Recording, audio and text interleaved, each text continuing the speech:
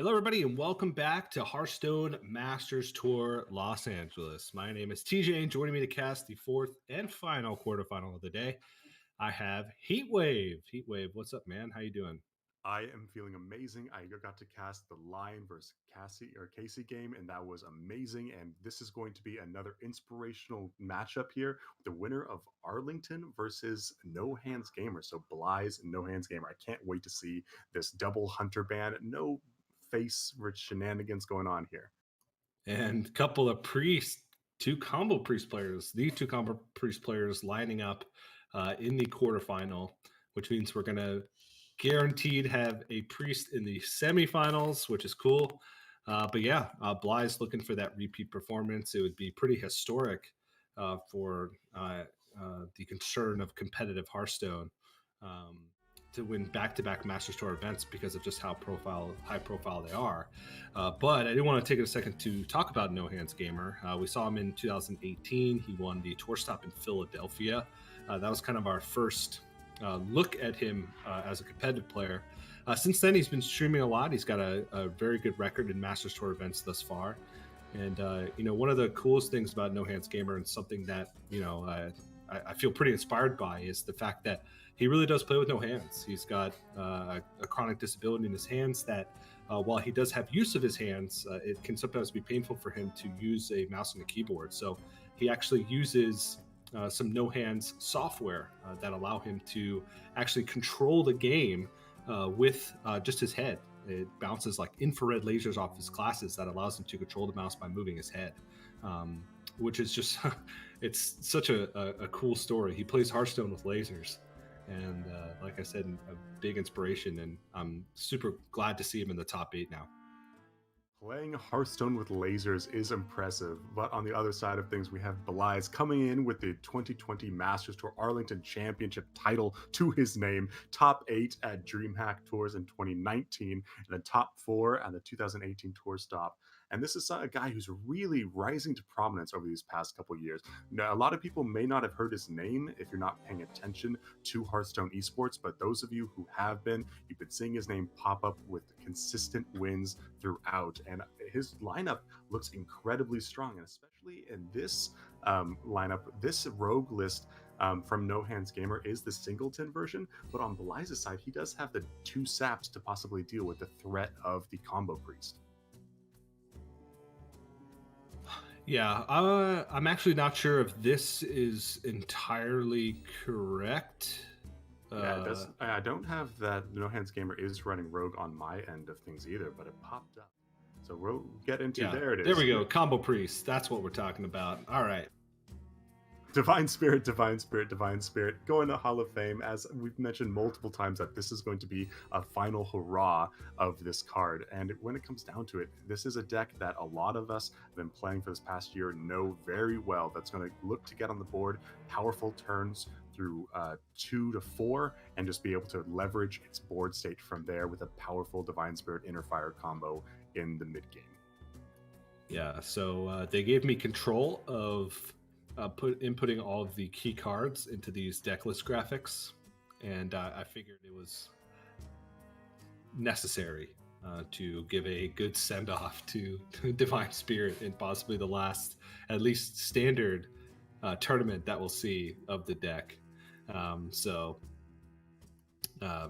We'll see if Combo Priest is going to make a big splash here. I'm looking for a couple of Combo Priest victories from both players as we start. But yeah, Blyze is playing the Galakron Rogue, the consistent 2 of normal variation. And so far, it's been performing pretty well. We've seen some crazy games already in the first 3 quarterfinals from Galakron Rogue. So hopefully this series will be no different. Yeah, it's incredibly interesting because I was casting Tespa a few months ago, and this was a matchup that is super prevalent throughout that time. And when it came down to it, too, is that one of the key cards that Rogue needed to win this matchup was that sap. And with Injured Tolvir also being a 2 of in this priest list, the things like Backstab and against Injured Tolvir and Injured Blademaster, Rogue can't seal a fate, can't backstab, and can't necessarily use that to leverage its combo cards early. So Priest has a definite stronghold in this matchup. It feels like it's been so long since I've cast Combo Priest. It dominated season 2 of Grandmasters last year when I cast it. We cast a Combo Priest game, at least one in every single series of Grandmasters. So I can't say that I missed it, but you know, you don't know what you've got until it's gone. I think that saying is, you know, pertinent here when it comes to Combo Priests. We're all going to be missing it once Divine Spirit's gone, even though we've hated it for so long. Yeah, we do see in the hand of NoHandsGamer the iconic combo of the injured Blademaster and a Psychopomp. So NoHandsGamer choosing not to play the Northshire Cleric, you want to be able to draw cards with it, and especially with a full health minion, it's going to get backstab, it's going to get dealt with. So right here, being able to play for powerful turns later on. However, Blyze does have the sap in hand to be able to deal with the Psychopomped injured Blademaster that's bound to come out in a couple turns. Well, he's just going to get rid of it now. I like that play, honestly, from NoHandsGamer, because outside of Sap, there's really just no way for Blyze to deal with that injured Blademaster on turn 3. Because as you mentioned, no Seal Fade, no Backstab, had not generated any lackeys thus far. His only option would have been, say, Appraise Galakron into a lackey or into just a double attack, which would set him up for that Psychopomp. So NoHandsGamer is going to be like, all right, well, you sapped it. I'm just going to play it again, whatever. Yeah, the sap definitely seems a little premature, something that you are going to be needing it later on for some powerful turns that your opponent's going to be having with larger minions and things that are going to be more threatening than just the 4-3. So now that it isn't, sure, it got bounced back, but again, you see it on the board right now, and now it has a chance that it's just going to get traded into this Worm and Psychopumped back. But we do have options to possibly get some card draw from double Northshire Cleric and Circle of Healing as well. Yeah, that's actually tough. He could go Northshire Cleric, Circle of Healing, trade Fire, or just trade and then Circle of Healing again. Yes, sir. Yeah. It's a lot of card draw, and that's something that's one of the downfalls of this priest deck, is if you don't get a card draw early, you can just kind of fluff and not end up getting... Oh, and we get the injured Tolver being able to draw 4 cards from the second Circle of Healing. NoHandsGamer is looking amazing right now. This is absurd.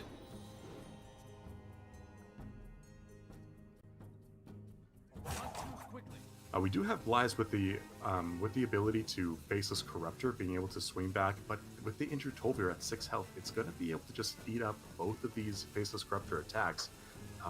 Blyze is going to need something else a little bit more powerful to be able to get back in this board state, because right now, NoHandsGamer is just way ahead of the board, and this is something where the Priest deck doesn't normally have a way of coming back on the board, but once it has board control, it keeps it. And all they need is 1 minion to win the game. So you can clear as much stuff as you want from the board, but if they have 1 high health minion, that's a lot of times all they need. Now, NoHandsGamer doesn't have the Divine Spirit yet. He doesn't have... he does have a good amount of health buff. So he's seen a sap. He's got double beaming sidekick, plus the Powerward Shield. So that's an additional 6 health, 13 damage, 14 plus Topsy would be, what, 17. So still a ways off. But he does have Psychopomps. The Psychopomp, the only minion that's died so far, is the injured Tolver. So he could bring that back if he so chooses. Yeah, and it's a great minion to bring back from the Psychopomp as well. There's a 2/6 for 2, and it comes back as injured and taunt, keeps your other minions alive. This is looking all uphill for NoHandsGamer, even though you might look at his hand like there's a lot of 1-mana cards drawn, so Wansami's pretty much a dead card, but moving forward, that's not a card that he's looking to play. All these other low mana cost cards, he's just going to go wide. Rogue is going to have a difficult time dealing with a wide, tall board that this Priest has developed so far.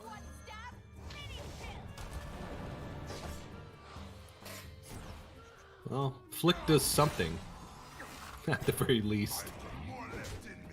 Allows him to trade off a couple of these minions on board, but it's still an uphill battle from here.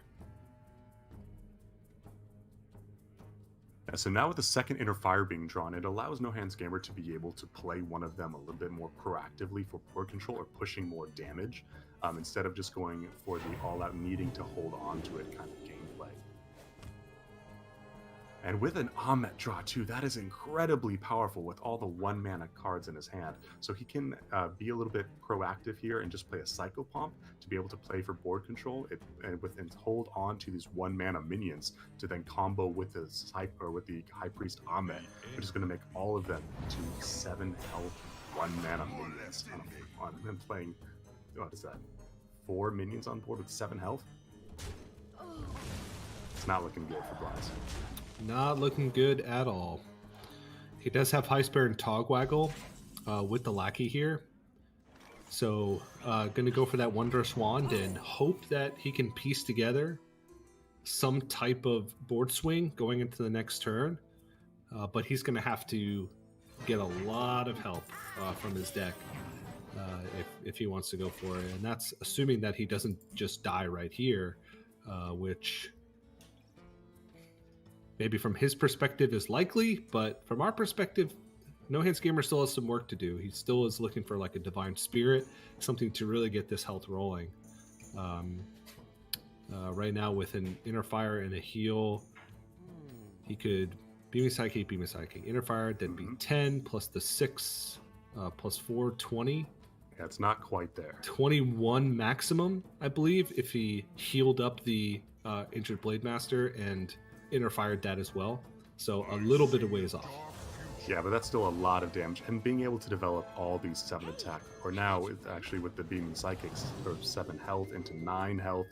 Oh man, this is just too many stats for this rogue to be able to deal with effectively, or even at all at this point.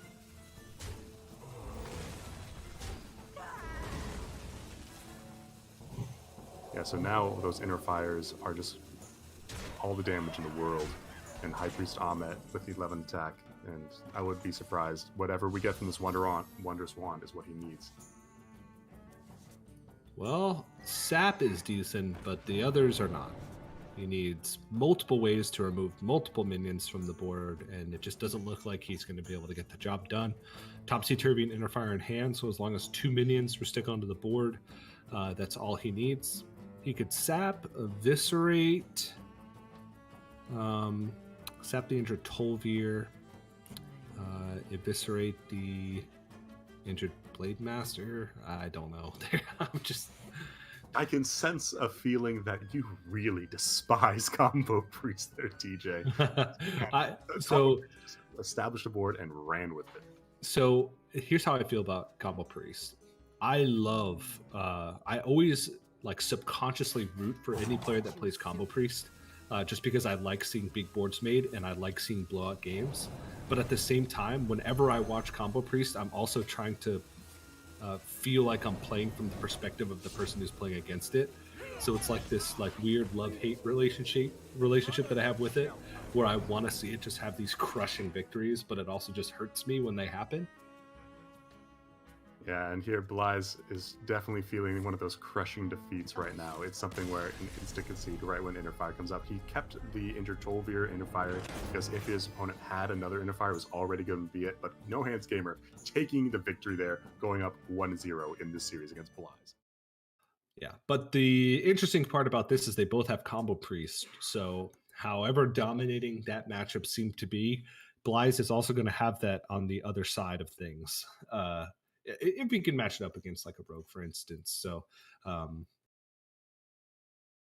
we'll see how it pans out the rest of the way. But I'm pretty sure Blyze probably kind of knew that Combo Priest was going to get a win through at some point in time. It was just a matter of what it was going to get a win through against. And it ends up just being the rogue. So even though it's 1-0, I don't think Blyze is too worried about his position throughout the rest of the series.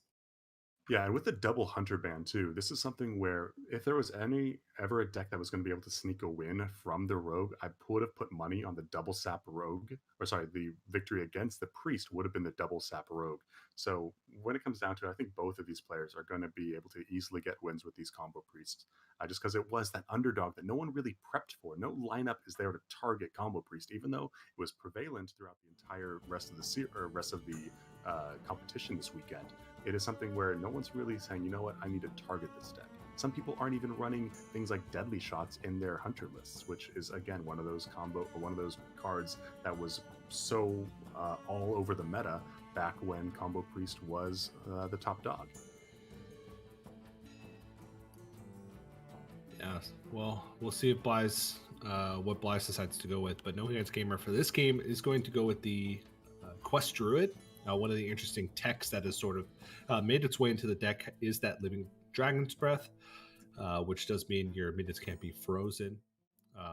That's pretty much a tech specifically for Mage, just because Mage players knew that it was going to be popular, especially the Highlander variant, and Druid can sometimes struggle with that because Mage can just continue to freeze, stop the development, and then go for like that big board clear or that Reno. The Living Dragon Breath allows you to build up a big board state and then prevent the mage from doing anything to interact with it, and that can lead to some victories. But again, lack of removal seems to be a big trend among a lot of the meta decks right now, and Blyze is going to queue up his own priest against this druid here. And again, another tough matchup. I feel like we saw this matchup a lot last year, towards mid to late stages of the year, where Quest Druid and Combo Priest were both popular at the same time. Combo Priest gets rolling, it's almost impossible for Druid to be able to fight back against it, since they really don't do anything for the first couple of turns. Yeah, so it's really interesting. The Living Dragon Breath is actually going to be something that the Druid can do in the early game, even though it's not necessarily what this card is used for in this matchup. It's going to be something that's going to be able to fight for the board and hopefully keep Blyze on the back foot, or at least needing to deal with, as opposed to just steamrolling over the Druid, which happened time and time again when this matchup was all over the place. It's something that I know Jayhow and I faced all the time when it came to Tespa casting late last year. Yeah, it was just that kind of metagame. But NoHandsGamer could have played the Living Dragon's Breath there, but decided that he wanted just that quest progress. Don't think there was any other option there. He's just going to have to try and complete this quest as quick as possible, and hopefully his, big board wide removals can get the job done. But Blyze has Neverset Ritualist in hand. He's got a second Injured Blade Master if he wants to go for that, plus Circle of Healing. He pretty much has, every tool that you could want at your disposal besides the actual combo, but he's got plenty of time to pick that up. So this is not looking good by any means. He could even go for something like Heal, Value Trade over, and then Circle of Healing for this play. Or Neverset Ritualist, kind of serves the same purpose. Yeah, using the coin here just to put more stats on the board. This is how you beat Druid. You just put too many stats on the board for them to deal with early and steamroll over them. You are the aggro deck in this priest, or you are the aggro deck as priest in this matchup every single time. One of the things that the Druid can do to be able to win the game in the late game, if they're able to get the priest on a slow draw in the opening hand, the priest can't really come back on the board. So once you're able to get Oasis Surgers down, you can really start moving and shaking. But when it comes down to it, this isn't the case. Blyze has all the stats on the board and is just now completing the quest, and he's about to take at least 12 damage.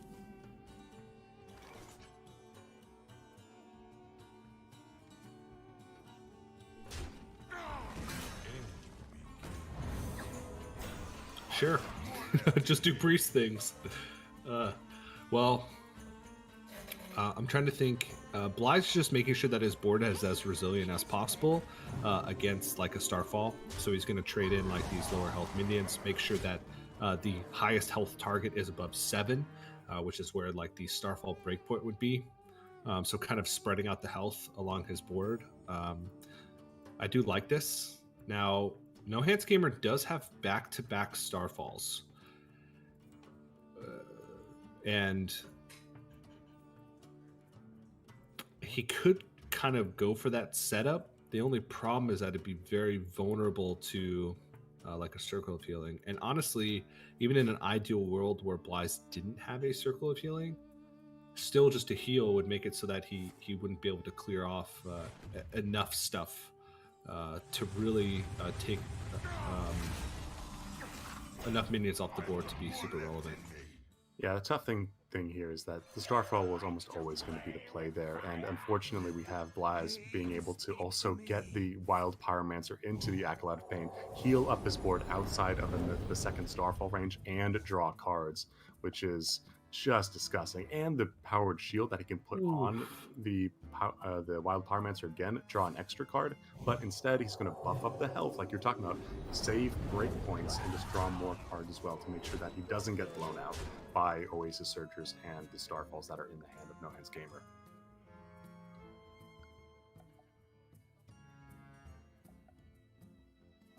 I think I'm going to start calling NoHandsGamer's hand his clutch or something so where I can't say NoHandsGamer has a hand, and like that's an oxymoron, right? Yes, it is. It's his collection. I think Nourish has to be... Oh man, this stuff. So he needs... It looks like Nourish into like Ferocious Howl is the play. Alternatively, Nourish into War Druid Lodi. Nubasath Defenders can also get the job done. Yeah, Nubasath Defender. Stem the bleeding. Finds the Lodi. So now with Lodi in the way to block some damage, next turn he has Starfall plus Oasis Surger to try and get through. Looking for Interfire or Topsy-Turvy. Both of those would have been lethal damage here. There's double silence in this list too to possibly be able to push through this damage as well, but it would not have been lethal.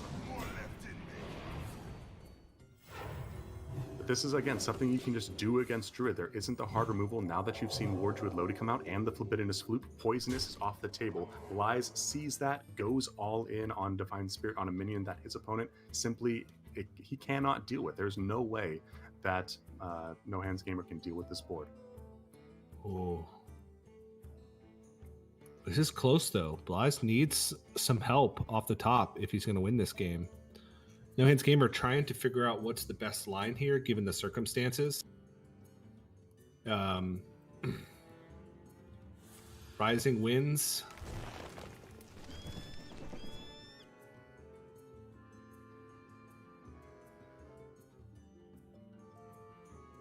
Yeah, the Oasis Surger coming down can help clear the minions, and again, this injured Blademaster does have the health to be able to survive anything that this Druid throws at it, but it doesn't have the attack to finish out this game.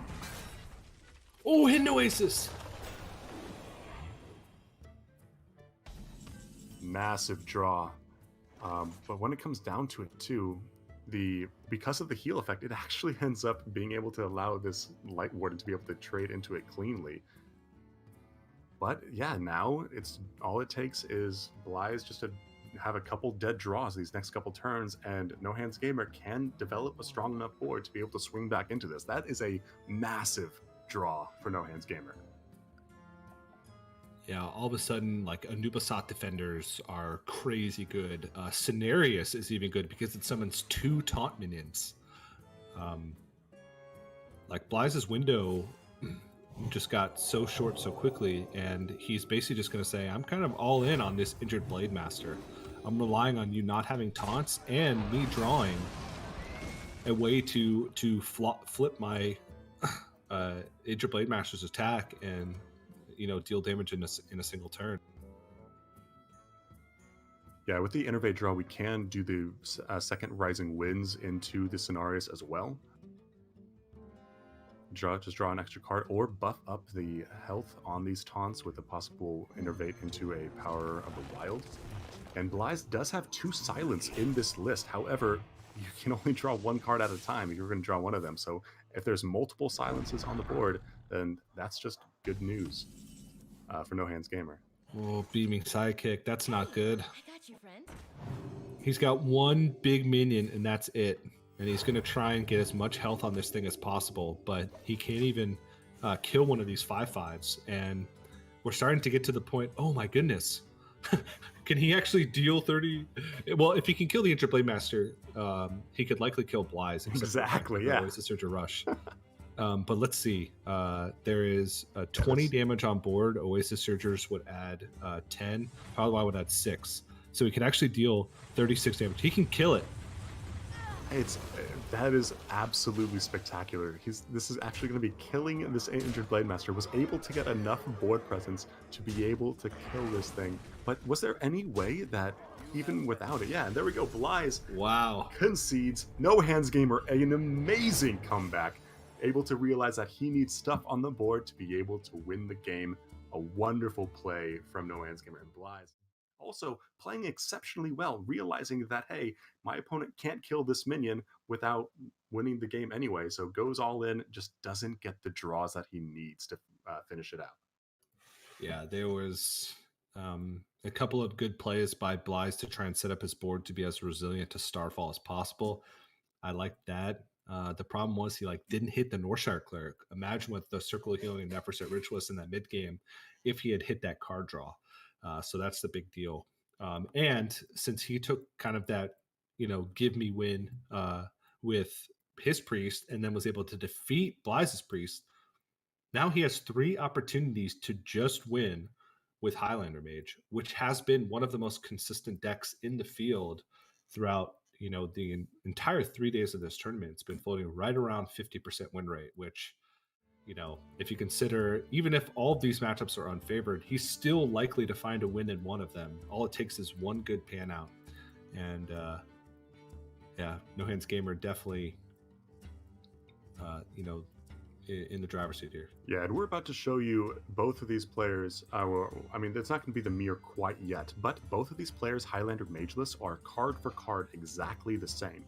So when it comes down to the eventual, if you're a Blyze fan and hoping to get that matchup, because he'll need it to be able to win the series, that will be a straight mirror, and it's really going to take which one of these players really knows that matchup. But before that, we still have another matchup going first. Blyze is going to be bringing back that combo priest again.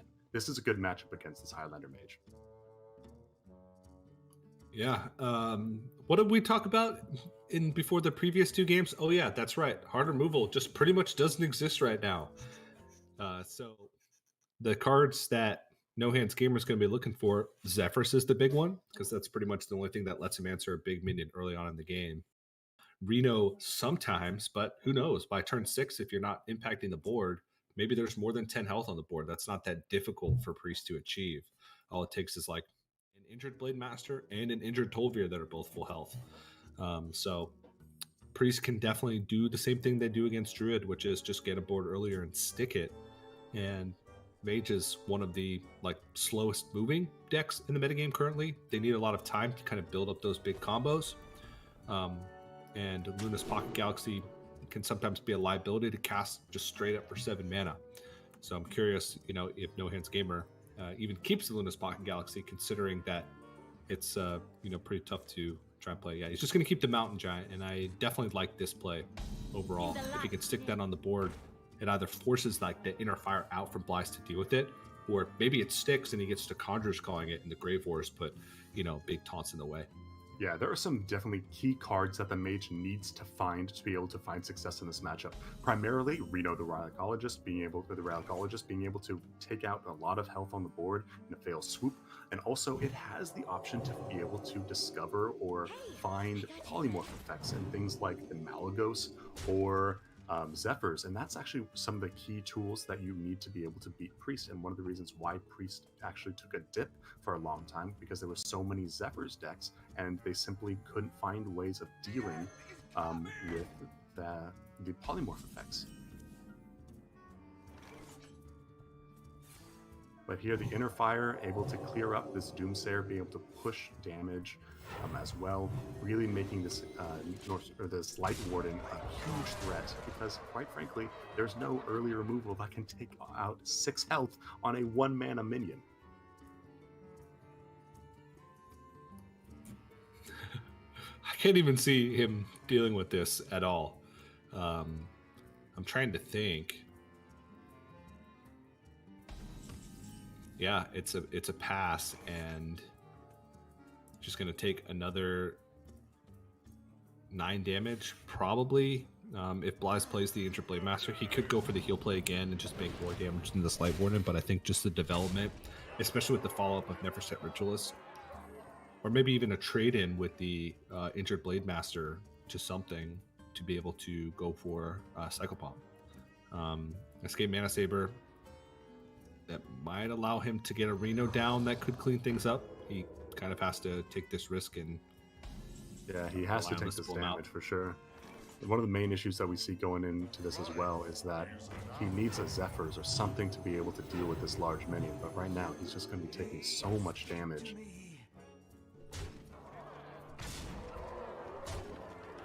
And even if Zephyrs is able to provide an answer for the Light Warden now, there's just nothing else that can deal with this. However, we do have the Reno in hand. That's a lot of health on board, TJ. Yes, he could go for Siamot here, but it wouldn't take enough damage off the board. Oh wait, no, it would. So he attacks with the Escape Mana Saber into the injured Blade Master, Siamot with Rush and Wind Fury, injured Blade Master, and Light Warden. It leaves 4 damage on board, and he's at 5. This is also scary too because there's the Wild Pyromancer and the Cycle Pump in the hand for Blyze, and Blyze is going to be getting back one of these key cards back on the board as well. That's going to be sticky, and it's going to leave his opponent at 1 health too, or possibly 2 if he decides to deal with this Escape Mana Saber as well.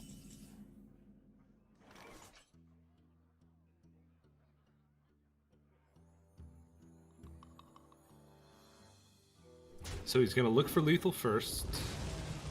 Actually, that wouldn't have been lethal, because even if it picked up Top Seer and a fire, it still would have only been 4 damage. But just looking for a card first, and he's going to set him down to 2 health. A Blizzard draw can buy him an extra turn because he has the Dragon Caster. Kartut Defender. So he'd gain a total of 6. It would be injured Blade Master attacking in 1, and there's 8 damage on board, so that wouldn't keep him alive. He wouldn't keep him alive. He would die on board. What about Ziliax? It also gains him 6. It would take... nope, there'd still be 8 damage on board. Yeah, 6 best case scenario too. What about Ice Barrier? He'd go up to 10. There's 7, 8, 9, 10. Nope, that wouldn't do it either. Oh wait, he could take enough damage off the board. So if he pings the Cycle Pomp and leaves 3, 6... No, there's 10 damage exactly. He's dead exactly in every single scenario. Yeah, there's no way out.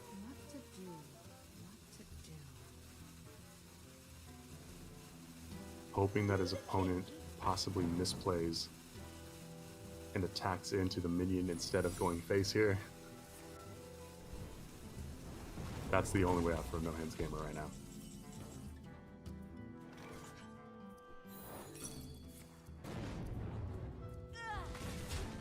Yeah, and you see it. NoHandsGamer knows that was going to be happening. So Blyze is able to deny the 3-0 and stay in this series, picking off a crucial win here with that Priest list. So both players being able to win with Combo Priest, and the Mage being able to drop a game. Again, kind of the story of today. Mage has been seemingly a little bit weak, with a lot of players being able to target it and get wins. Kind of why Combo Priest is being successful and why people are playing Living Dragon Breath in those Druid lists.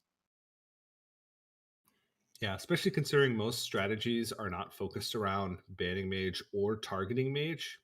There are some strategies that are based around targeting Mage, but it's mostly just, you're going to face Mage, so make your deck a little bit better against it and cut things that don't really have much use that you normally see in the traditional ladder list. So definitely like the decisions. There are still a couple players playing like Zephyrus in the Quest Druid, as opposed to Living Dragon Breath still, but not going to be seeing any more of that. So basically, NoHandsGamer has the Mage.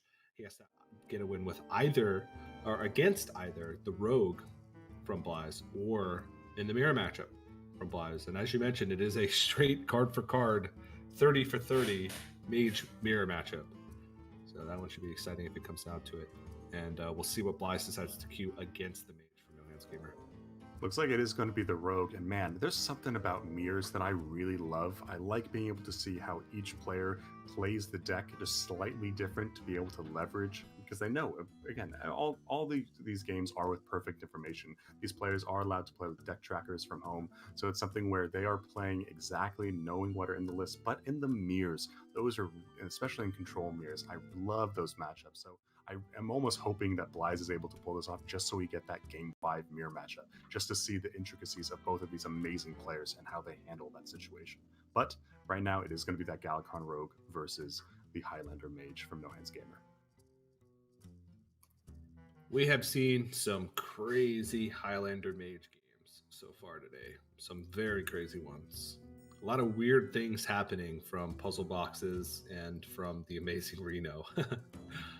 Which was a card that Amazing Reno was a card that I didn't expect to be that good, just because Highlander Mage is already such an expensive deck in both ways, in mana cost and in dust cost, that I thought there's no way they can afford to play another 10 mana card, but it just fits kind of nicely.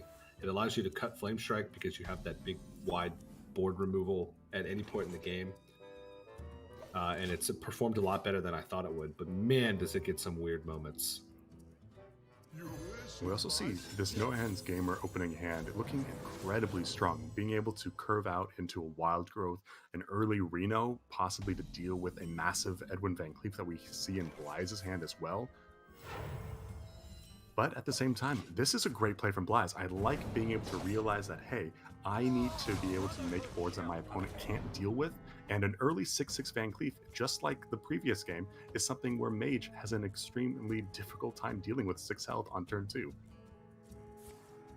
Yeah, this is going to get in some damage, because even with NoHandsGamer's Wild Growth, he's still going to, have to kind of concede his next turn.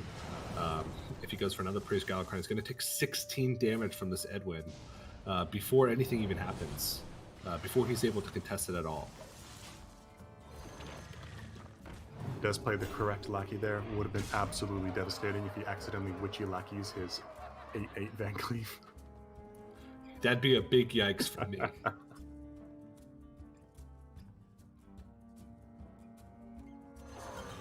it's 8 health. It's just so difficult to deal with. Snip could end up being a pretty big deal here, considering, what Blyze could actually set up here. He's going to try and set up more than 10 health. That's the big thing. And so there's 13. Oh, no. Is he one off from being able to Reno cleanly? There's 13 health. He has 12 damage total on board. Yeah, this does he have to Blizzard? Terrifying if it doesn't kill Van Cleef.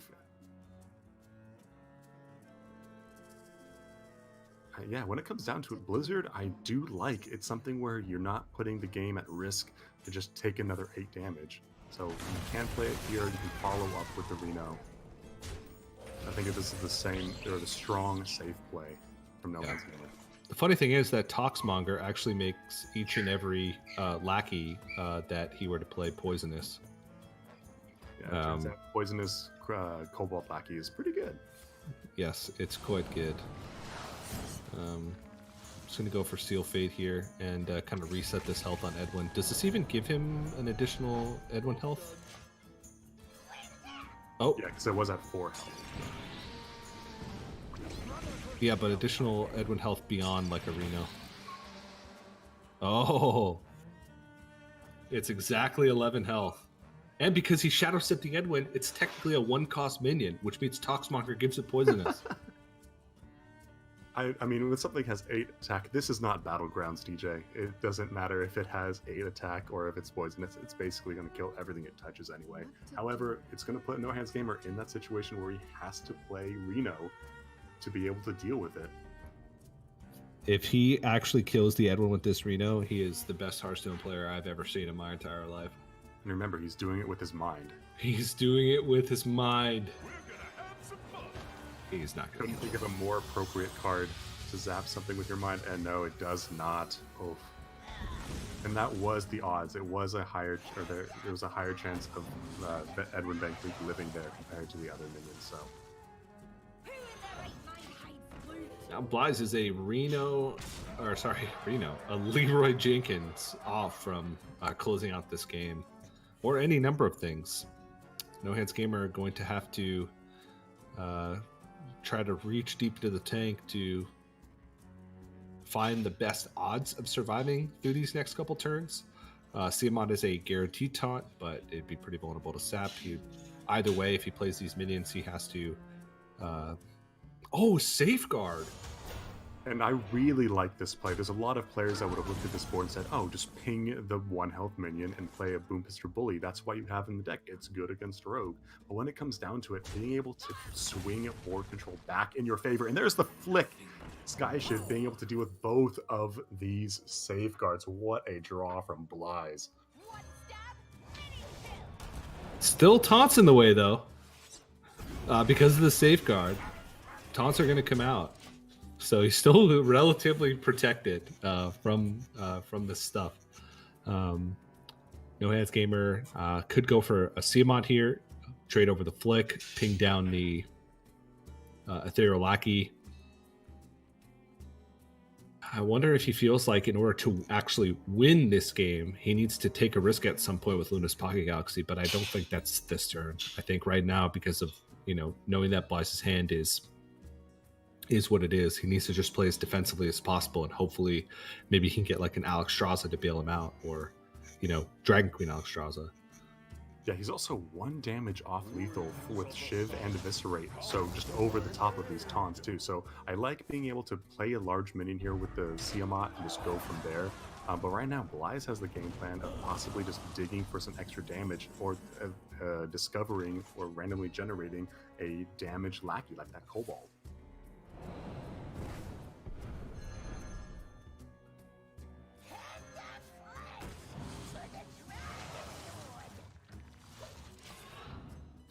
So he is able to deal with those taunts, and he sets up lethal here, and his opponent doesn't have any way of dealing or taunting up or healing at this time yet.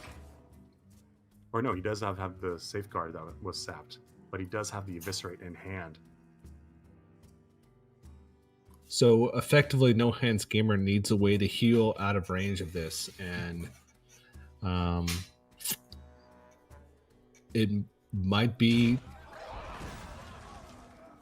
Yeah, I'm looking at Conjurer's Call, and there is no 7 mana card that he can generate that heals him at the end of his turn.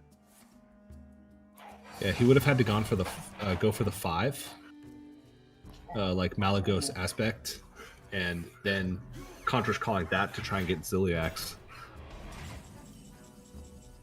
But Blyze playing exceptionally well, being able to realize that there's going to be taunts in the way for the rest of this game, able to push damage with the dagger when he was able to, and then set up that Eviscerate lethal, ties up the series 2-2. TJ, I'm gonna get the Highlander Mage Mirror, game number 5. And honestly, looking at both players' lineups at the beginning of this matchup, I would have guessed that it would come down to either the like Druid versus Mage, or Mage versus Mage when it came down to it, right?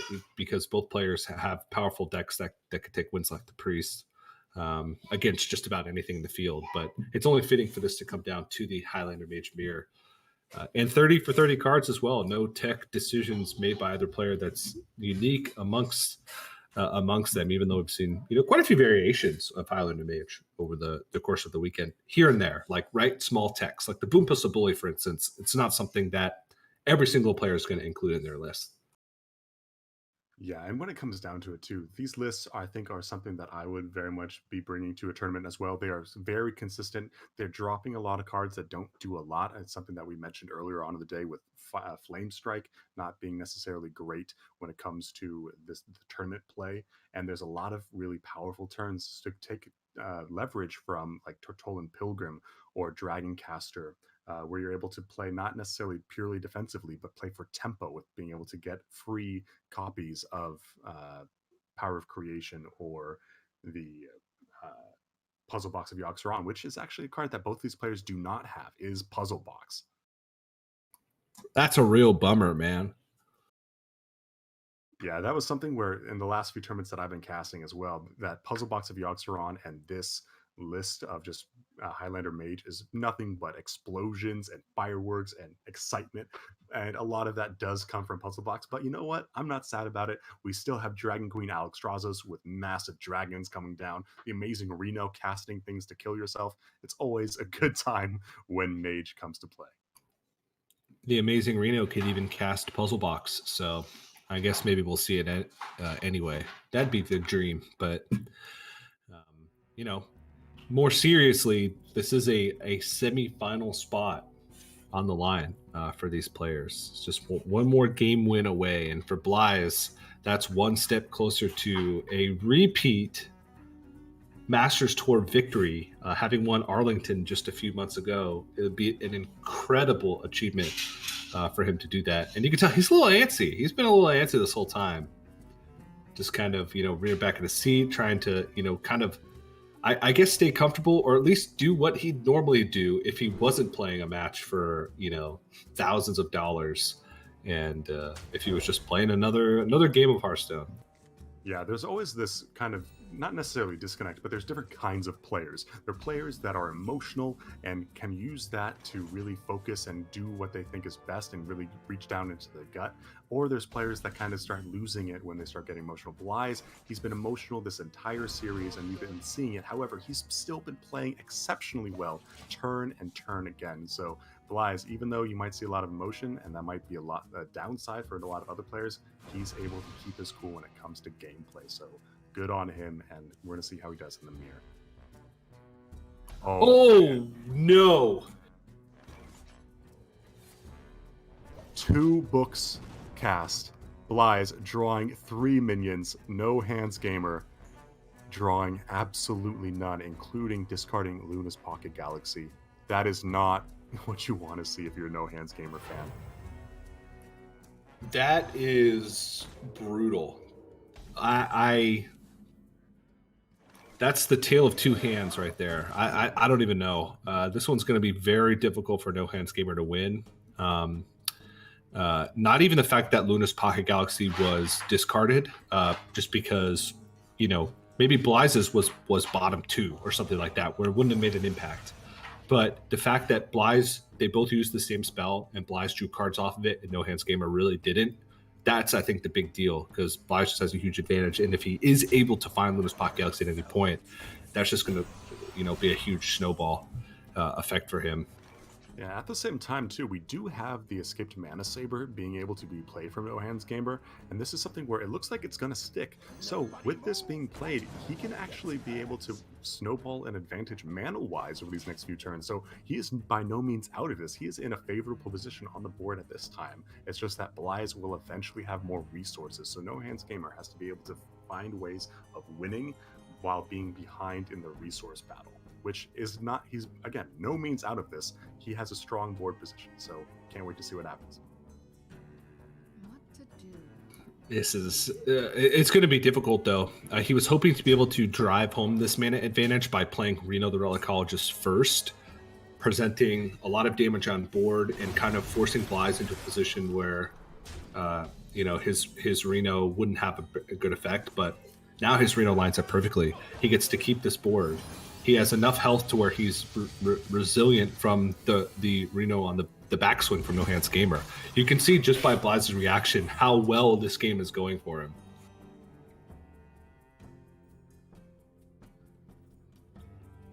I'm looking at that Power of Creation, and I'm thinking that into a pair of damaged Stegatrons is NoHandsGamer's out for this game.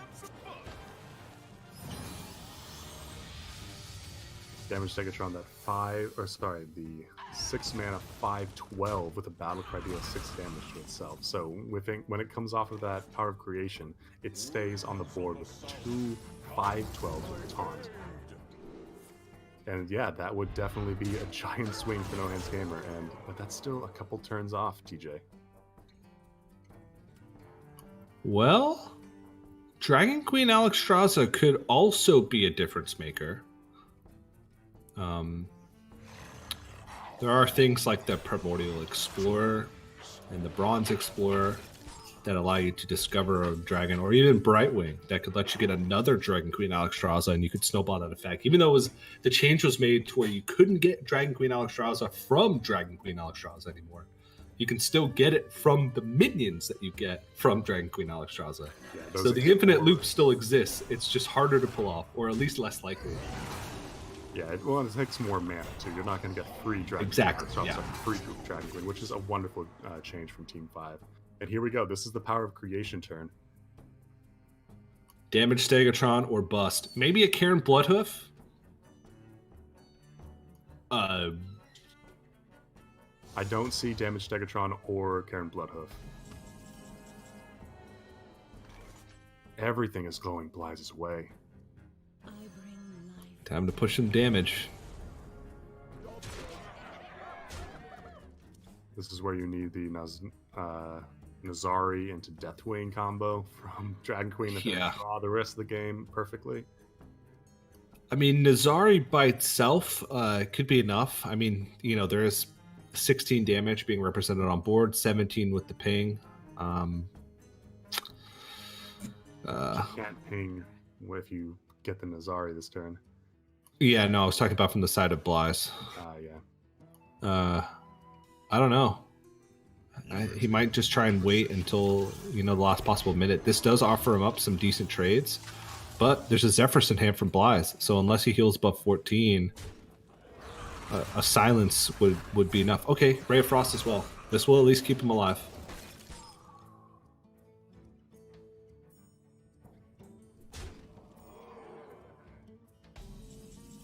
Wait. Nope, he can... Ziliax, Frost. Ziliax, Ray of Frost, Zephyr's Wind Fury. Or Zephyr's Silence, either one. Zephyr's is going to give him lethal, and NoHandsGamer sees it. He's praying that he doesn't have it, but Zephyr's comes down and is going to provide the silence for lethal. Wow, he is very ecstatic. That's like, look at Blyze, his just reaction from like game number 1 into game number 2 into like that last game. In all the games he was very fidgety, very antsy, but kind of just like tongue-in-cheek, clapping at NoHandsGamer in the first couple games, and then just full on excitement that last one, qualifying to the semifinals. 2 more matches for him to go back to back. And, if he makes it into the finals, just into the finals alone, it's going to be almost impossible for anybody to catch Blyze in the race for that Grandmaster spot. And honestly, even just right now at the semifinals finish, I feel like it's going to be impossible for anybody to catch him for that Grandmaster spot with only 1 Master Sword left, and him having a win and at least a top 4. It's just, I don't see a world where he doesn't qualify for Grandmasters.